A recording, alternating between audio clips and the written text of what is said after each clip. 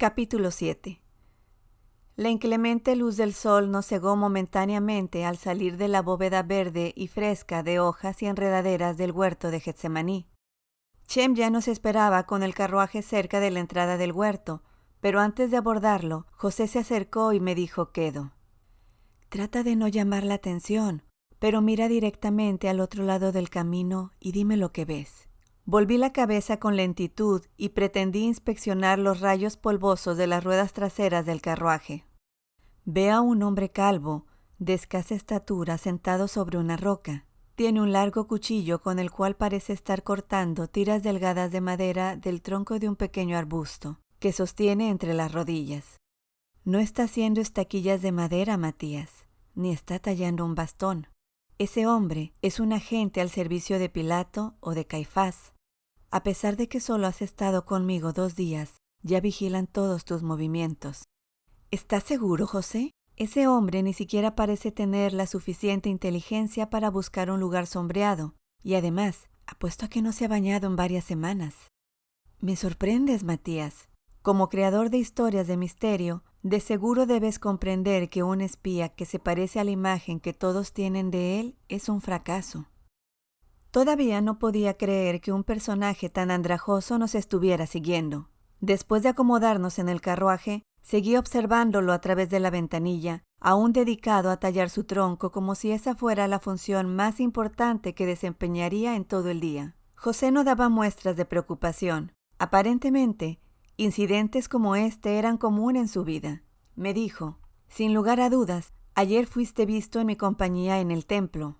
Alguien en el poder probablemente ha empezado a preguntarse por qué un recién llegado a la ciudad, obviamente un ciudadano romano de cierta posición, no se ha tomado el tiempo para ir a ofrecer sus respetos. ¿Ese es el protocolo acostumbrado? Lo es, para cualquiera que planee dedicarse a los negocios aquí. ¿Y para los escritores e historiadores? Puesto que estás en mi compañía, es muy probable que te hayan confundido con un mercader, y se espera que los mercaderes que planeen hacer negocios aquí ofrezcan contribuciones generosas a 2 tesorerías, la de Pilato y la del templo. ¿Soborno en la ciudad de David? José sonrió. El soborno fue inventado aquí. No obstante, estoy seguro de que una visita de cortesía de nuestra parte, tanto a Pilato como a Caifás, aclarará cualquier malentendido. Oh, no. Yo quiero hacerles algo más que una visita de cortesía. Tengo algunas preguntas muy especiales para esos 2. El anciano asintió con los ojos brillantes. Pensé que así sería. Podemos hacer esa visita cuando tú dispongas. Y ahora, puesto que aún es una hora temprana del día, ¿quién es el siguiente en tu lista? Marta y María, las hermanas de Betania. ¿Todavía necesitas verificar lo que acabas de escuchar de labios de Mateo y de Santiago?, preguntó con incredulidad. No respondí nada. Si le hubiese dicho cuáles eran mis verdaderos motivos para querer ir a Betania, quizá me hubiese entregado en manos de Shem con instrucciones para que se deshiciera de mí en el desierto. José se rascó las arrugas de la frente. Una visita a Marta y María en este momento tal vez no te beneficiaría. ¿Por qué? Casi imperceptiblemente señaló hacia el tallador, que se encontraba a la orilla del camino y quien ni siquiera levantó la vista para mirarnos, aun cuando nos encontrábamos a solo unos pocos metros de distancia. Con toda seguridad, nuestro pequeño amigo tiene un caballo atado en las cercanías, explicó José, en el cual piensa seguirnos. Considera este simple problema de deducción, Matías. Supongamos que ayer nos vieron charlando con Santiago en el patio del templo. Esta mañana nos encontramos con Mateo y después se reunió con nosotros Santiago, el hermano de Juan. Ahora nos dirigimos a la casa de Marta y María. ¿Qué tienen en común esas 5 personas? No necesité mucho tiempo para darme cuenta de la situación. Su estrecha relación con Jesús, respondí. Exactamente. Ahora bien, si tú fueras el sumo sacerdote o procurador, quienes sirven a Vitelio atendiendo a todos sus caprichos, ¿qué clase de pensamientos sospechosos cruzarían por tu mente si recibieras información de que un ciudadano romano ha llegado a la ciudad y no se reúne con nadie, excepto con aquellos que tuvieron una estrecha relación con Jesús y que, además, Para agravar la situación, se hospeda en la casa del hombre que reclamó su cuerpo para darle sepultura. Si tuviera algo que ocultar, creo que empezaría a perder el sueño. Pero solo me quedan 5 días más, José, y quiero aprovechar cada minuto de ellos. Esperaba que mañana pudiéramos visitar a Pedro y a Juan, pero, en realidad, me agradaría acabar primero con esta parte de la investigación, y la única forma en que puedo cerrarla a mi entera satisfacción es mediante una visita a Betania. Vamos, vamos, no abandones la esperanza. Jamás dije que ese viaje fuera imposible.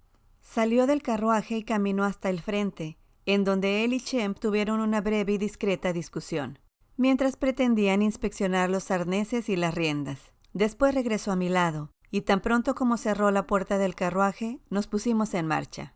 Apenas habíamos recorrido unos cuantos metros, me dio un suave codazo, señalando con el dedo pulgar hacia la ventanilla trasera.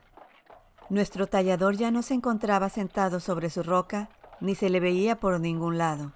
Ciertamente, no tenía ninguna necesidad de complicaciones como esta, ya que lo que trataba de hacer era bastante difícil, aún sin la interferencia de nadie. José estiró el brazo y bajó la cortina oscura de lino que colgaba por encima de la ventanilla trasera, impidiendo que cualquier persona que nos siguiera pudiera ver hacia el interior del carruaje. Muy pronto me enteré del porqué de su acción. Nuestros 4 caballos al galope apenas disminuyeron su trote cuando dieron vuelta a la izquierda dirigiéndose hacia el este, dejando hacia atrás la ciudad. «Siguiendo este camino se llega a la ciudad de Jericó», gritó el anciano por encima de los rechinidos y crujidos del carruaje, a medida que se ladeaba y retorcía sobre los ejes sin muelles que raspaban contra los profundos surcos, hechos por las ruedas de los vehículos que transitaban por el sendero de tierra de un solo carril que circundaba la base del Monte de los Olivos.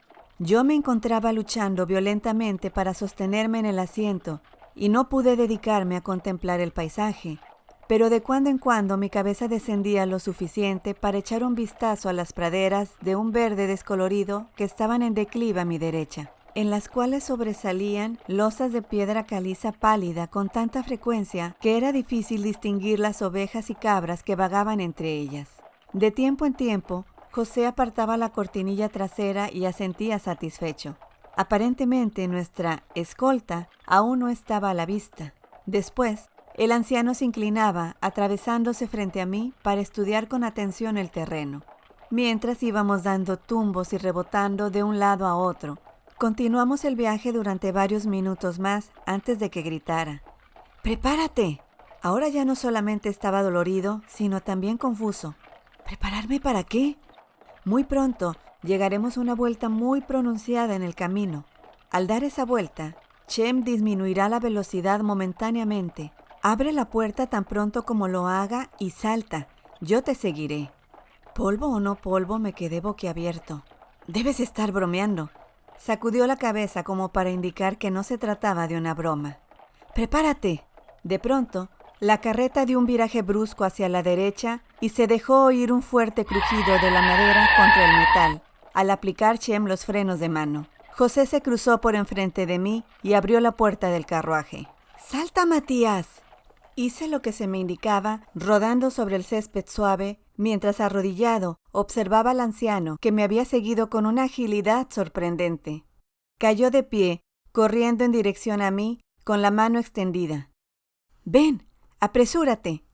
Me arrastró hacia un lugar en donde había un grupo de olivos todavía demasiado pequeños, que apenas eran algo más que arbustos crecidos. Nos dejamos caer entre ellos, con el estómago en tierra. Después de recobrar el aliento, me incliné hacia adelante, apartando las ramas con todo cuidado, justamente lo necesario para ver a nuestro transporte desaparecer detrás de un recodo en el camino. Obviamente, José estaba disfrutando, ni siquiera respiraba con dificultad, y mientras yacía junto a mí, entre los arbustos, me explicó su plan de acción.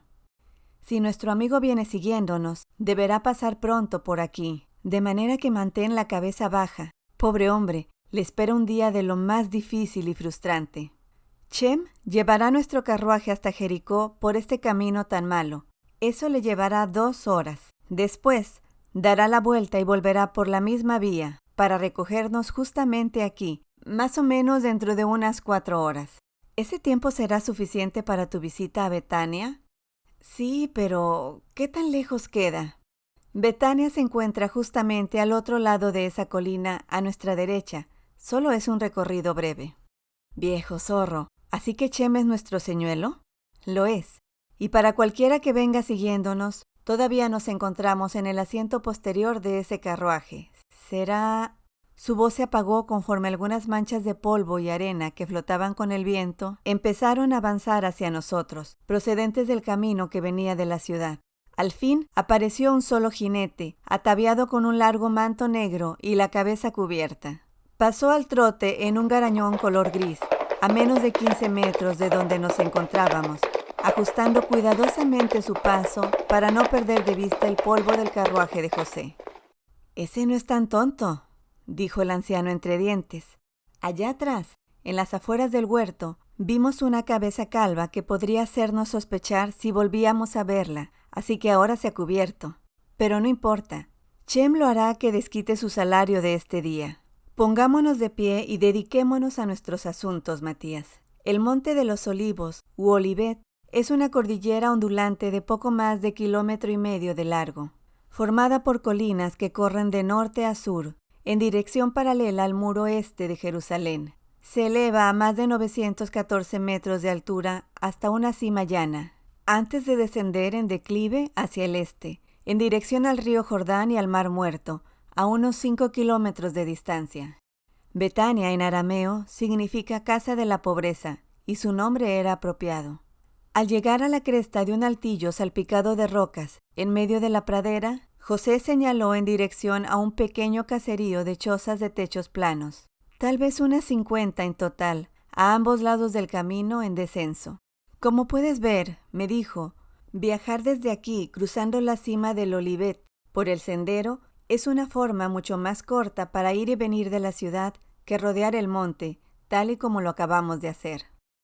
Y probablemente más cómodo para el cuerpo, gemí, al tiempo que me frotaba el trasero bastante dolorido. José sonrió con ironía. Respira el aire, es puro, sin humo, no llega la hediondez de los ríos, y desde aquí no se alcanza a ver la ciudad. ¡Qué paz!, suspiró. No hay ruidos ni distracciones. ¿Ahora te das cuenta por qué Jesús prefería alojarse aquí siempre que venía a Jerusalén? Con ayuda del terreno en declive, nuestro paso se apresuró a medida que nos aproximábamos a la aldea.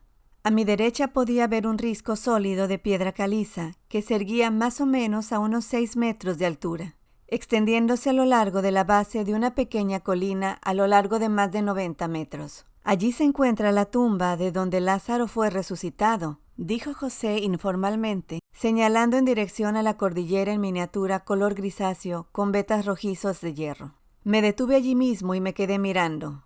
¿Cuántas veces me había atormentado a causa de esa famosa escena de la resurrección? ¿Cuántas veces había leído y releído cada frase de ese 11º capítulo de Juan, que habla, en términos vigorosos e inequívocos, de la forma en que Jesús volvió a la vida a un hombre muerto? ¿Cuánto tiempo busqué una pista en esas palabras tan sencillas, algún susurro que solamente yo pudiera escuchar, que me ayudara a relacionar la historia de esa resurrección con la que seguiría unos pocos meses después? Matías, ¿vienes o no? Me apresuré a alcanzarlo. No tiene caso tratar de ver el sitio en donde se encuentra la tumba desde aquí, me aseguró José. Si disponemos de tiempo, después de que hayas terminado con Marta y María, estoy seguro de que no podrán ninguna objeción para que la visitemos de cerca. Si teníamos tiempo, tenía que ver esa tumba de cerca, muy de cerca. José, ¿qué sucedió con Lázaro? Lázaro no ha descansado desde que Jesús fue crucificado. Viaja constantemente y siempre solo, desde Hebrón hasta Antioquía, predicando en las sinagogas y en las calles, y le dice a la gente cómo Jesús lo resucitó de entre los muertos. Por supuesto, él es su mejor testigo, rió José. Les dice, mírenme, pálpenme, toquen mi piel. Una vez estuve muerto y ahora vivo mediante la gracia y el poder de Jesús y de su Padre, que está en los cielos. ¡Ah!, exclamó José, por fin hemos llegado. El hogar de Marta y María era más grande que los de la mayoría de sus vecinos, aunque estaba construido de igual forma, parecida a una caja, y de la misma piedra áspera que tanto abundaba en las praderas y colinas. 2 pequeñas ventanas con celosías se encontraban a cada lado de una sólida puerta de madera, y clavada en el quicial de la puerta había una delgada mesuchá de bronce. Antes de llamar, José me dijo: esta era la casa de Simón, un hombre dueño de considerables riquezas, con quien Marta contrajo matrimonio. Simón enfermó de lepra de la peor clase y falleció antes de que ambos se vieran bendecidos con un hijo. Lázaro y María, hermanos de Marta, vinieron a vivir con ella poco tiempo después de la muerte de Simón. Antes de que pudiera responder, escuché el sonido nítido de un cerrojo al correrse. La puerta, colgada de 3 gastados goznes de cuero, se abrió con precaución. Primero solo unos centímetros, después, desde el interior, se dejó oír un grito ahogado de alegría. ¡Oh, José, José, ha pasado tanto tiempo! ¡Marta, Marta! Ambas hermanas encajaban muy bien en los someros perfiles de personalidad que alguna vez les hice, a partir de las escasas descripciones en los evangelios de Lucas y Juan. Marta era severa, obstinada y agresiva, en tanto que su hermana, más joven, María, permanecía tímidamente en segundo término. Flexionaba con nerviosismo sus largos y delgados dedos y asentía con frecuencia en una afirmación muda de lo que Marta decía. Ambas tenían la piel de un hermoso color olivo y llevaban el cabello, negro azabache, firmemente atado en la parte baja de la cabeza. Sus vestidos también eran parecidos, hechos de una tela azul oscuro, de textura áspera, que les llegaban a los tobillos y también cubrían sus brazos hasta la altura de las muñecas. Calculé que Marta tendría alrededor de 40 años de edad y María unos 35. Seguimos a las hermanas a través de un estrecho vestíbulo hacia una habitación más amplia que, obviamente, era el área principal. A pesar de estar escasamente amueblada, sus dimensiones eran bastante grandes para que no me fuera difícil imaginar a todos los apóstoles durmiendo en ella, en caso necesario cuando su maestro visitaba Betania. 3 aberturas cubiertas por cortinas conducían a lo que con toda probabilidad eran alcobas. La casa era oscura y húmeda, y Marta se disculpó por su condición, mientras que amontonaba carbón de leña sobre las brasas al rojo vivo que había en un hueco en el centro del piso de baldosas. Después de la típica letanía de preguntas acerca de la salud y de los familiares, que siempre parecen observar los amigos cuando se reúnen, José diestramente llevó la conversación hacia mí y el propósito de nuestra visita. Experimenté una agradable sorpresa cuando Marta, con el asentimiento de su hermana, pareció ansiosa por cooperar, como si creyera que tenía la obligación de decir a todos cuanto sabía de Jesús. Hubiera podido apostar que pasaba muchas horas de su vida en el patio del templo buscando posibles conversos. Consciente de nuestra programada cita con Chem, omití todas las preguntas que había planeado hacer sobre los antecedentes y fui directo a la resurrección de Lázaro, dirigiendo todas mis preguntas a Marta. Cuando tu hermano enfermó, ¿cómo supiste en dónde localizar a Jesús? Se encontraba sentada a mi lado, en una banca larga y pulida, frente al fuego, con María a su izquierda y José a mi derecha. Aparentemente, mi pregunta no era la que ella esperaba. Sus mandíbulas se apretaron y me miró en la misma forma en que las maestras de primaria tienen reservada para sus alumnos menos aventajados.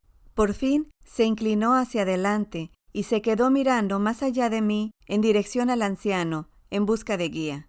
Sin volver la cabeza, sabía que estaba diciéndole que podía contestar. Marta comenzó.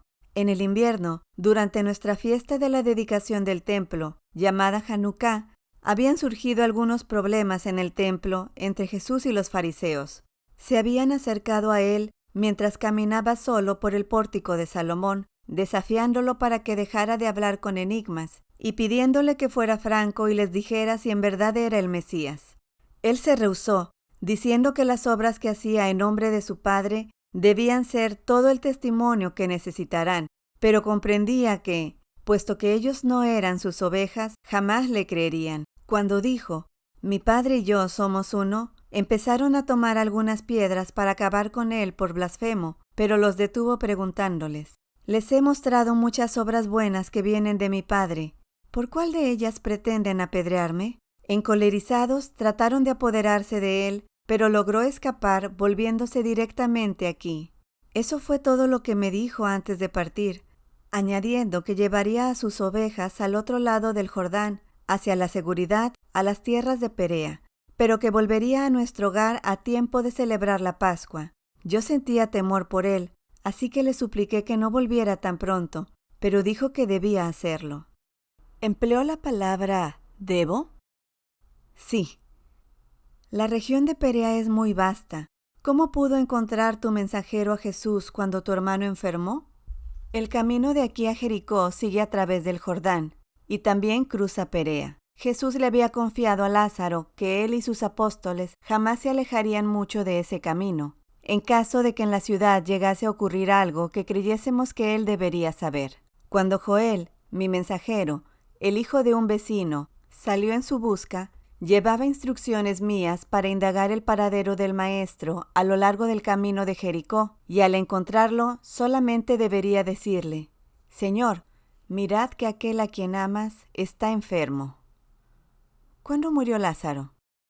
Apenas unas pocas horas después de haber enviado al mensajero.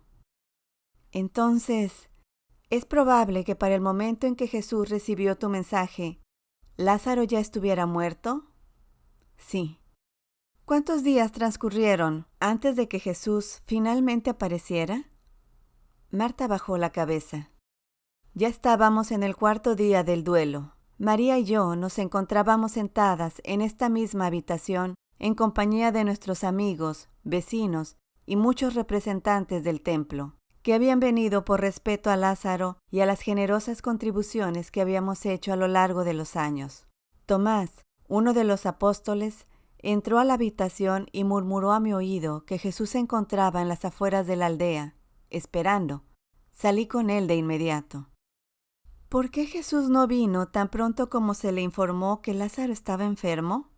Cuando Joel entregó mi mensaje a Jesús, dijo que el Señor le había respondido diciendo que su enfermedad no era para morir, sino para gloria de Dios. Puesto que Lázaro ya había muerto para el momento en que Joel volvió y nos repitió las palabras del Señor, me quedé perpleja, y, que Dios me perdone, hasta empecé a dudar de mi maestro por primera vez.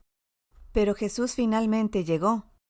Lo hizo, y mientras acompañaba a Tomás hacia las afueras de la aldea, le pregunté qué había hecho que Jesús cambiara de opinión. Dijo que no lo sabía, pero que después de permanecer 2 días más en Perea, Jesús los había sorprendido diciendo: «Volvamos a Judea». Todos los apóstoles tenían miedo de volver y le recordaron a Jesús el peligro que corrían si se enfrentaban a quienes habían tratado de apedrearlo en el templo recientemente. Jesús les dijo que su amigo Lázaro dormía y que quería despertarlo de su sueño. Ellos le recordaron que el sueño era benéfico para cualquier enfermedad. Entonces, él les anunció que Lázaro estaba muerto y los atemorizó al añadir que se alegraba por ellos por no haber estado a su lado, pues lo que ahora iban a presenciar aumentaría su fe en él. Tomás me informó que él dijo a Jesús que lo acompañaría e instó a los demás a venir con ellos, a fin de que si había algún peligro, todos pudieran morir junto con su maestro. ¿Por qué esperaba Jesús fuera de la aldea en vez de venir directamente a la casa? Debe haber comprendido que había muchos entre el grupo de dolientes que pertenecían al templo y no quería causar problemas. Cuando lo vi, alejado de los demás, corrí hacia él gritando: «Señor, si hubieras estado aquí, Lázaro no habría muerto. Pero sé que aún ahora todo lo que le pidas a Dios te será concedido». ¿Esperabas que hiciera un milagro? No. Solamente rogaba para que nuestro Señor intercediera ante Dios por nuestro amado hermano. Jesús me tomó de las manos diciendo: «Tu hermano volverá a levantarse». Yo le respondí que sabía que se levantaría en el último día de la resurrección, y el Señor replicó con palabras que jamás olvidaré: «Por favor, repítemelas». Jesús dijo: «Yo soy la resurrección y la vida, y aquel que crea en mí, aunque esté muerto, vivirá, y el que vive y cree en mí, jamás morirá». ¿Crees tú en esto? Yo le respondí: «Sí, Señor, creo que tú eres el Cristo, el Hijo de Dios que vendría al mundo». Luego pidió ver a María, así que volví a la casa y se lo dije en secreto. Me incliné hacia María. «¿Y tú qué hiciste?» La voz de María tembló, como si una vez más reviviera los sucesos de aquella tarde. «Cuando me levanté para ir hacia él», dijo, aquellos que me estaban consolando, Creyendo tal vez que volvía a la tumba para orar, vinieron conmigo y no lo pude evitar. Corrí hasta Jesús y cayendo a sus pies lloré, como lo había hecho Marta, diciendo: Señor, si hubieras estado aquí, mi hermano no habría muerto. ¿Qué hizo Jesús? Se inclinó y me ayudó a ponerme de pie, y al hacerlo, de sus labios escapó un extraño gemido. Después preguntó en dónde estaba sepultado Lázaro, y lo tomé de la mano para conducirlo a la tumba. Para entonces, todos los dolientes de la casa se habían unido a nosotros. Cuando señalé hacia la piedra que se había rodado hasta quedar frente a la abertura de la tumba, Jesús se llevó ambas manos al rostro, y al apartarlas, pude ver que había llorado. Mi Señor, llorando, me volví de espaldas, incapaz de contemplar su aspecto apesadumbrado. Alguien entre la multitud, no sé quién, dijo en voz alta: ¿Este hombre que abrió los ojos del ciego no hubiera podido impedir que muriera? Estoy segura de que Jesús escuchó la pregunta, pues nuevamente gimió, como si su agonía fuera muy grande. Entonces dijo: «Retiren esa piedra». Marta interrumpió de inmediato. Como una tonta traté de impedírselo. Le dije a Jesús que con toda seguridad el cadáver ya apestaba, puesto que nuestro hermano había muerto hacía 4 días. Colocó su mano sobre mi hombro y nuevamente me dijo que si creía, vería la gloria de Dios. Ante eso, me rendí completamente a su voluntad y pedí a algunos de los hombres que se encontraban cerca que retiraran la piedra de la entrada. ¿Y qué sucedió después de que retiraron la piedra? Jesús se paró frente a la entrada, en tanto que la multitud retrocedía. Algunos hasta salieron huyendo. Después, levantó los ojos al cielo, diciendo: «Padre, te doy las gracias porque me has escuchado. Y sé que siempre me escuchas, pero te lo digo para que estas gentes que me observan y me escuchan puedan creer que tú me has enviado». Luego gritó en voz alta: «Lázaro, levántate». Y sus palabras hicieron eco en la roca, y he allí que nuestro hermano salió por la pequeña entrada, todavía envuelto de pies y manos en el manto de su sepultura y con el rostro y la cabeza cubiertos por un lienzo de lino, tal y como se le había compuesto el día en que se le sepultó. Jesús dijo: «Desátenlo y déjenlo ir». Y nuestro amado hermano nos fue devuelto sano y salvo. ¿Qué hizo la gente? Muchos aplaudieron alabando su nombre y creyeron, pero otros se retiraron velozmente, sobre todo los del templo, y estoy segura de que fueron a informar a las autoridades de todo lo que habían visto. Tenía que hacer la más obvia de las preguntas, aunque solo fuera para ver cuál era la reacción de las 2 mujeres. Concentrándome en Marta, dije: «De cuando en cuando, por accidente, se sepulta a alguien que no ha muerto. ¿Pudo suceder esto a tu hermano?». Los ojos y los labios de Marta se fruncieron, esbozando una sonrisa. Por lo visto, no había sido yo el primero en sugerir tal posibilidad. «Señor, aun si Lázaro hubiera estado con vida cuando fue depositado en su tumba, hubiera fallecido como consecuencia de los rituales para sepultarlo y para su entierro. Su cuerpo fue preparado y envuelto apretadamente en lienzos, desde el cuello hasta los pies, por mi hermana y por mí. Después fue depositado en la tumba, y se colocó un lienzo sobre su rostro. Los lienzos se cubrieron con mirto, aloe, hisopo, aceite y agua de rosas. Y entonces se selló la entrada de esa cueva húmeda en donde hay muy poco aire. Ningún ser humano podría soportar tales condiciones durante 4 días, ni sobrevivir sin ningún alimento ni agua. ¿Qué tan grande es el interior de esa tumba? Solamente hay 3 huecos tallados en la roca. Uno de ellos es para Lázaro, otro para María y otro para mí. ¿Qué hizo Jesús después? Descansó un día en nuestra casa antes de partir, diciéndonos que volvería para la Pascua. Después se retiró nuevamente a Perea, no antes de enterarse de que el Sanedrín se había reunido y de que Caifás, el sumo sacerdote, había anunciado que Jesús debía morir antes de que todos creyeran en sus milagros, forjados mediante lo que Caifás llamó el poder de Satanás. El Sanedrín estuvo de acuerdo en que si se le permitía a Jesús continuar, muy pronto toda la gente se le uniría y los romanos se verían obligados a acabar con ese movimiento, destruyendo a toda la nación. Caifás había dicho: «Es conveniente para nosotros que un hombre deba morir por el pueblo, a fin de que no perezca toda la nación. Marta, dime, ¿quién se hubiera atrevido a traer a Jesús las noticias de una reunión de esa naturaleza? Ciertamente, debió haber sido algún miembro del Sanedrín. Marta titubeó, y por primera vez vi aparecer el temor en sus ojos grises. Sus labios temblaron. Continúa, Marta, díselo, la apremió José. Fue él, murmuró Marta, señalando al anciano. No me atreví a mirarlo. ¿Cuándo volviste a ver a Jesús?, le pregunté. Volvió a nuestro lado con sus apóstoles una semana antes de la Pascua, su última Pascua.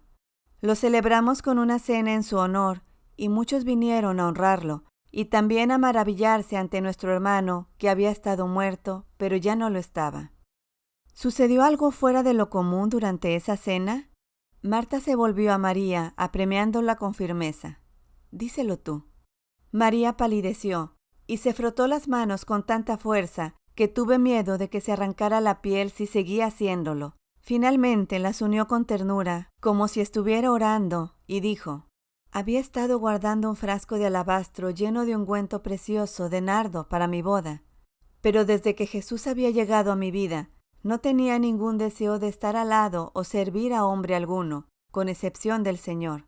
Atendía todas sus necesidades durante la cena. Después me dirigí a mi habitación y volví con el frasco. Quebré el vidrio en mi mano y derramé el perfume, primero sobre su cabeza y después sobre sus pies, arrodillándome para enjuagarlo con mi cabello, para mostrarle cuánto lo amaba. El ungüento de nardo era mío y podía hacer con él lo que quisiera. Pero Judas, uno de los apóstoles, se adelantó y me avergonzó delante de todos, preguntando por qué no se había vendido el ungüento para dar el dinero a los pobres. Empecé a llorar, hasta que sentí la mano del maestro sobre mi cabeza y lo escuché decir: ¿por qué la molestan? Déjenla en paz. Ha hecho una buena obra conmigo. Ustedes siempre tendrán cerca a los pobres y deben hacerles el bien, siempre que puedan, pero a mí no me tendrán siempre. Ella hizo lo que pudo, pues al derramar ese ungüento sobre mi cuerpo, me ha preparado para mi sepultura. María se recostó en el hombro de su hermana, ocultando el rostro en la curva de su cuello, como lo haría un pequeño en busca de consuelo. Sintiéndome cada vez menos complacido conmigo mismo, me volví nuevamente hacia Marta. ¿Nadie preguntó lo que Jesús había querido decir cuando habló de su propia sepultura? Nadie. Todos sentíamos temor, incluyendo a Pedro y Santiago. Solamente después comprendimos. Moví la mano en un ademán que abarcaba la espaciosa habitación. Todas las noches durante esa semana de Pascua, ¿dormía aquí Jesús y los 12 apóstoles? Sí, hasta la noche en que fue arrestado. ¿Era usual que todos los apóstoles se hospedaran aquí con ustedes cuando venían con Jesús a la ciudad? Oh, no. Por lo general, se dividían en parejas y se alojaban con diferentes familias de nuestra aldea. Pero durante las fiestas de Pascua, todas las casas siempre están llenas de familiares que vienen de otras partes. Así que los 12 dormían aquí, en esta habitación, algunos en catres y otros en el suelo, con mantas que los protegían del frío. Lázaro ocupaba una alcoba, María y yo compartíamos la otra, y el Señor dormía en la tercera, esa que está allí, dijo, señalándola. Esa noche en que Jesús fue aprehendido en el huerto, ¿esperaban ustedes que él y los demás volvieran aquí después de haber celebrado su cena pascual en la ciudad? Sí, aun cuando Jesús nos había advertido que se retrasarían, así que no nos preocupamos sino hasta quizá la 6ª hora después de haberse puesto el sol. Eso sería alrededor de la medianoche. ¿Y en dónde se encontraba tu hermano Lázaro? En la ciudad, en compañía de nuestros primos. ¿En dónde está Lázaro ahora? Marta suspiró. No lo sé, en alguna parte de Israel, atestiguando las obras del Señor. Pero a donde quiera que lo llevan sus jornadas, siempre vuelve para celebrar la Pascua con nosotras. Cuando Jesús fue aprehendido, ¿cómo se enteraron de las nuevas? Marta cerró los ojos, estremeciéndose. Con el cálido resplandor rojo de los carbones reflejándose en su rostro de fuertes rasgos, me recordó la pintura de Tintoretto que representaba a Marta reprendiendo a María por estar sentada a los pies de Jesús, en vez de ayudar con los preparativos de la cena. Me respondió: María y yo descansábamos aquí, con los ojos pesados de sueño, cuando nos sorprendieron unos fuertes golpes en la puerta y escuchamos que alguien afuera nos llamaba por nuestro nombre. Cuando corrí el cerrojo, Andrés entró corriendo, con el rostro congestionado y sin aliento. Al principio hablaba con tal rapidez que no podíamos comprender sus palabras. Finalmente, se tranquilizó lo suficiente para informarnos de las terribles nuevas, que nuestro Señor había sido hecho prisionero por las autoridades del templo, mientras oraba en Getsemaní. Poco después llegó Tomás, seguido por Mateo y Bartolomé. Antes de la salida del sol, 9 de ellos se encontraban sentados aquí. Solamente estaban ausentes Pedro, Juan y Judas. Nadie sabía nada del paradero de Judas, pero todos estaban seguros de que Pedro y Juan habían sido capturados junto con Jesús. Recorrí la habitación con la mirada. No era difícil imaginar a 9 campesinos de Galilea, invadidos por el terror, sentados en esta habitación oscura, llenos de pánico y sin su maestro. ¿Qué hacían y qué decían mientras permanecían sentados aquí? Había desdén en la voz de Marta. Nada, excepto balbucear y llorar, retorcerse las manos con desesperación. Todos parecían pequeños niños asustados. Recuerdo a Mateo que repetía una y otra vez. Dijo que esto sucedería, dijo que esto sucedería. Felipe seguía insistiendo en que todos huyeran hacia el sur sin demora, a la seguridad de Galilea, hasta que, enojado, Mateo le preguntó si era capaz de abandonar a las madres de 3 de ellos, y también a la madre de Jesús, que aún se encontraban en la ciudad sin ninguna protección. Tomás dijo que estaba seguro de haber visto algunos soldados romanos entre la policía del templo que capturó a Jesús. Santiago estuvo de acuerdo y dijo que todos serían hechos prisioneros si permanecían en esta casa, puesto que era bien sabido que los habíamos alojado casi durante toda una semana. Fue Mateo quien, finalmente, sugirió que se llevaran algunas mantas para ocultarse en el bosque, detrás de la casa, mientras María y yo vigilábamos el camino que viene de la ciudad. Si veíamos aproximarse algunas antorchas, deberíamos colgar una linterna en la ventana posterior, frente al bosque, en señal de advertencia para que huyeran. ¿Puedo ver el bosque? Marta asintió, y los 4 nos dirigimos a la puerta delantera, rodeando la casa hasta llegar a la puerta de atrás. A unos 90 metros de distancia, aproximadamente, en medio de una pradera salpicada de rocas, había un grupo de árboles sobre una extensión no mayor de 200 metros, pero suficientemente denso para ocultar a 9 hombres.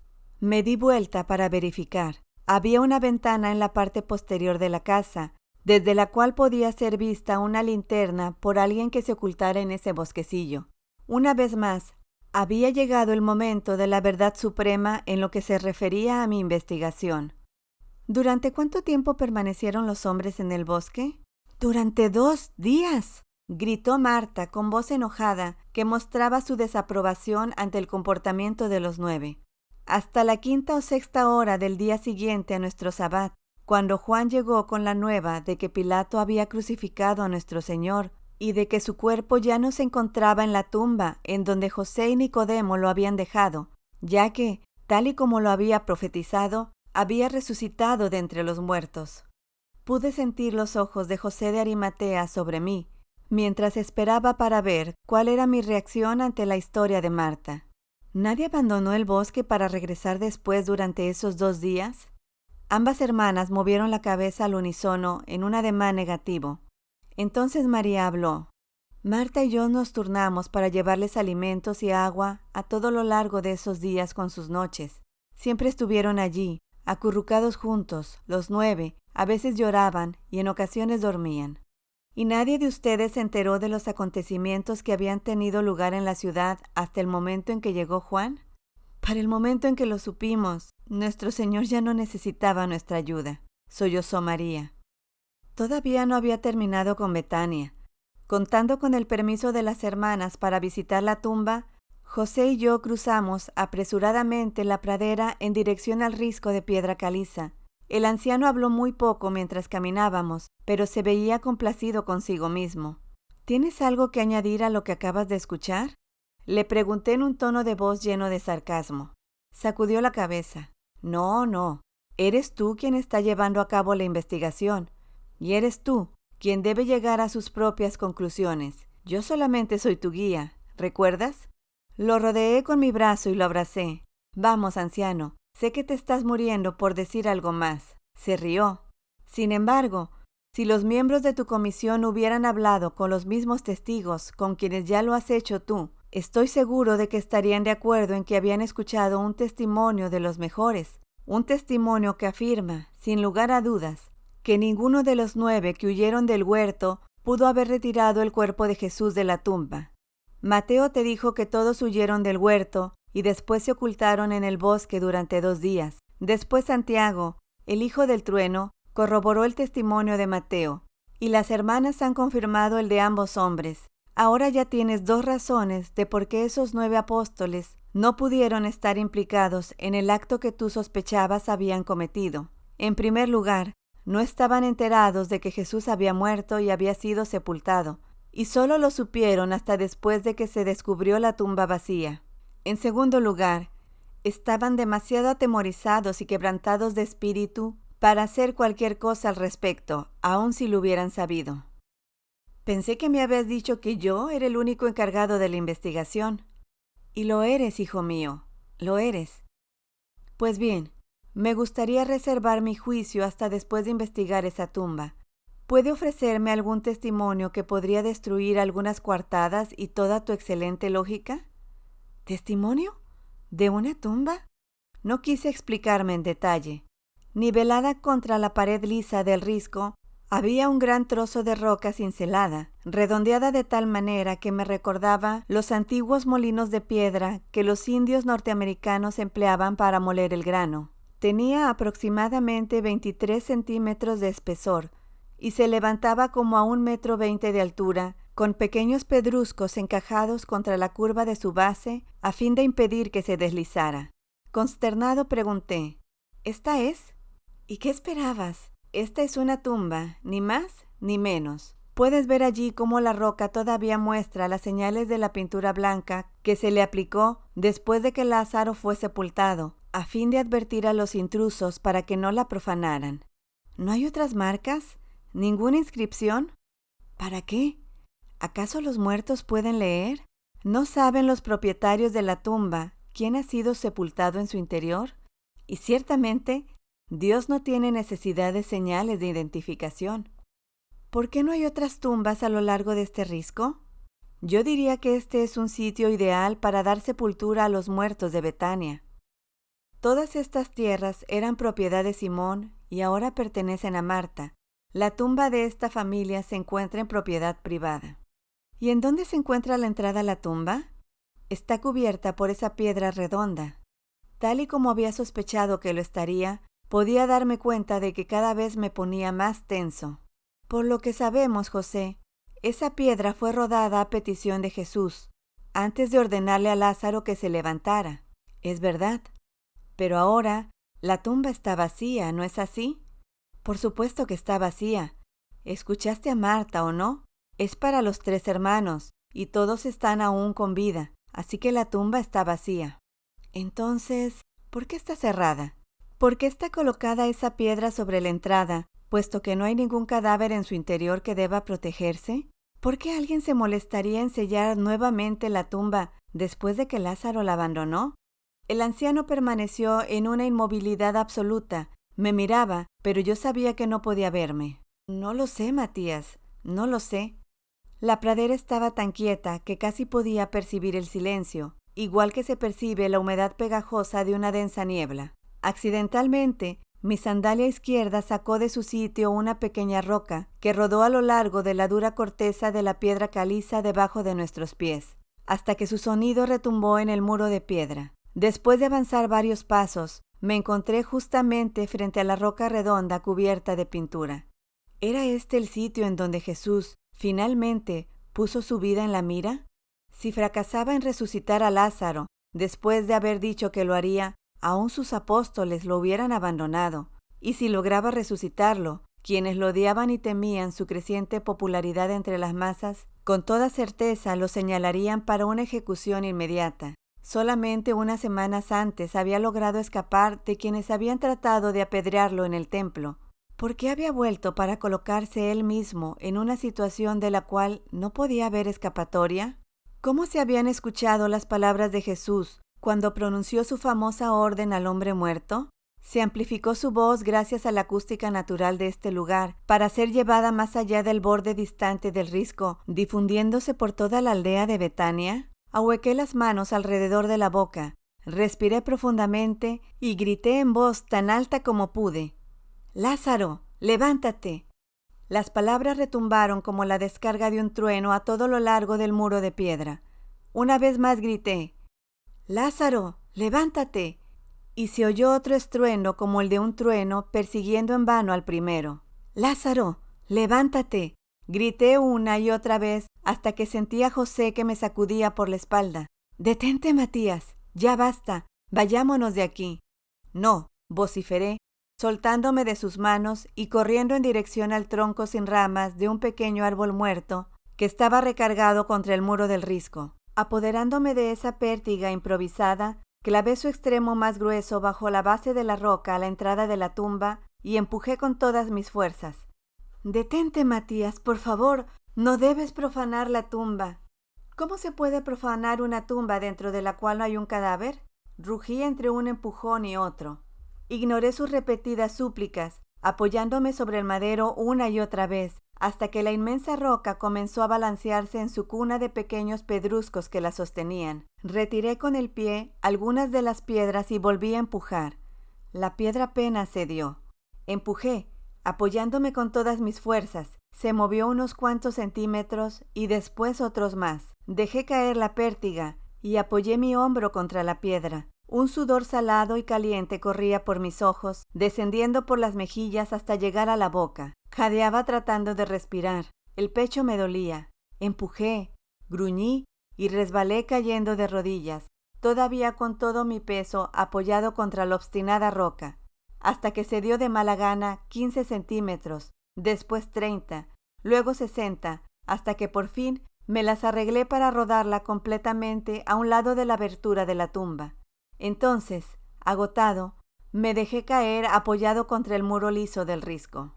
José se paró cerca de mí, con las manos fuertemente apretadas a ambos lados de su rostro.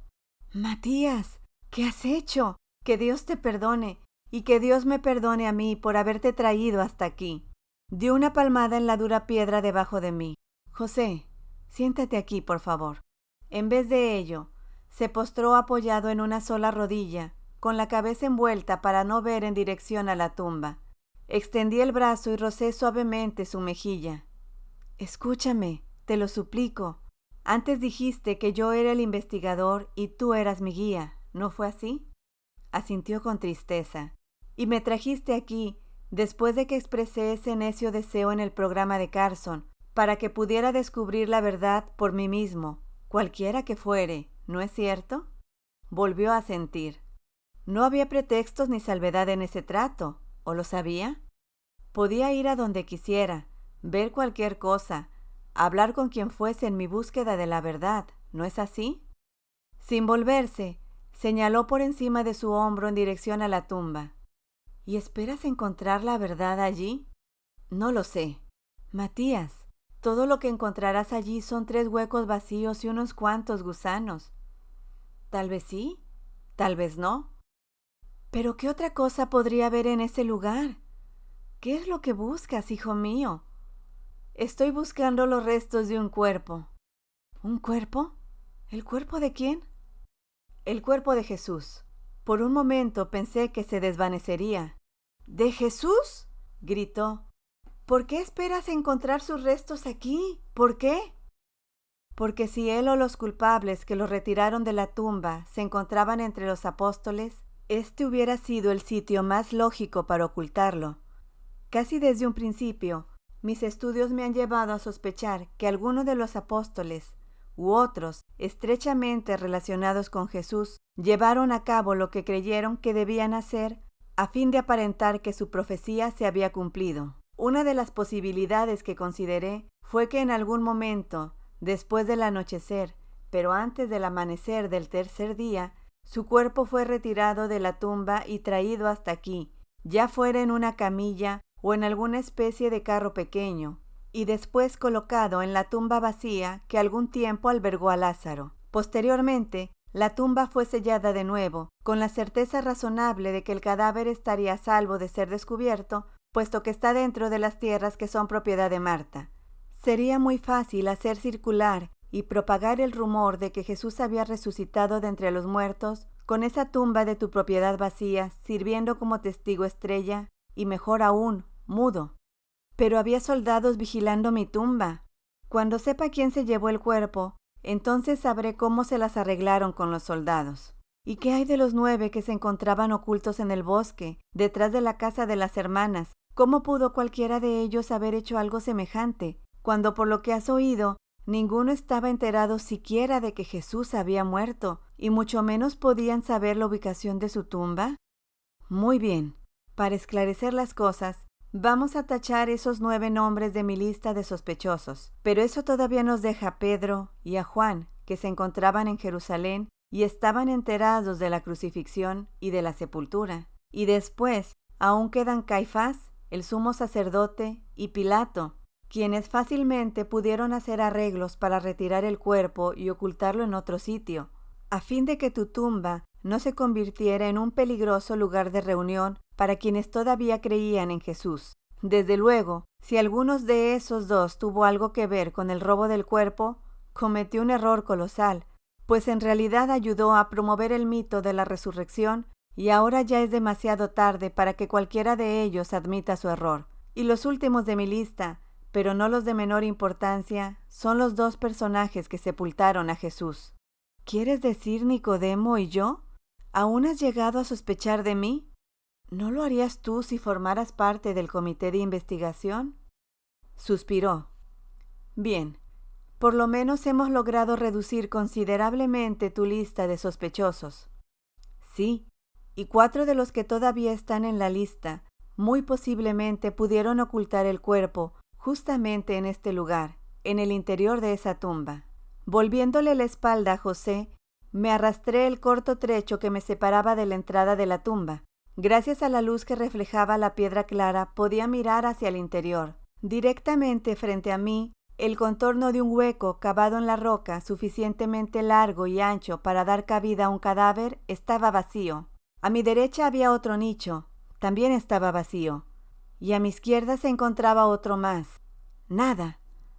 Todavía arrodillado sobre manos y rodillas, bajé la cabeza y maldije. Un leve olor a agua de rosas perduraba en el suelo de piedra. No había otra pista, de ninguna clase, que indicara tan siquiera que un cadáver hubiera ocupado alguna vez la pequeña cámara. Retrocedí lentamente para salir de la cueva. El desengaño pronto se había troncado en agotamiento.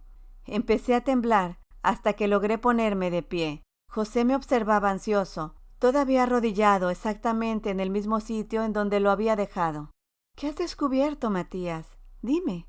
Solo unos cuantos gusanos, José, grité, tal como dijiste. Solamente unos cuantos gusanos.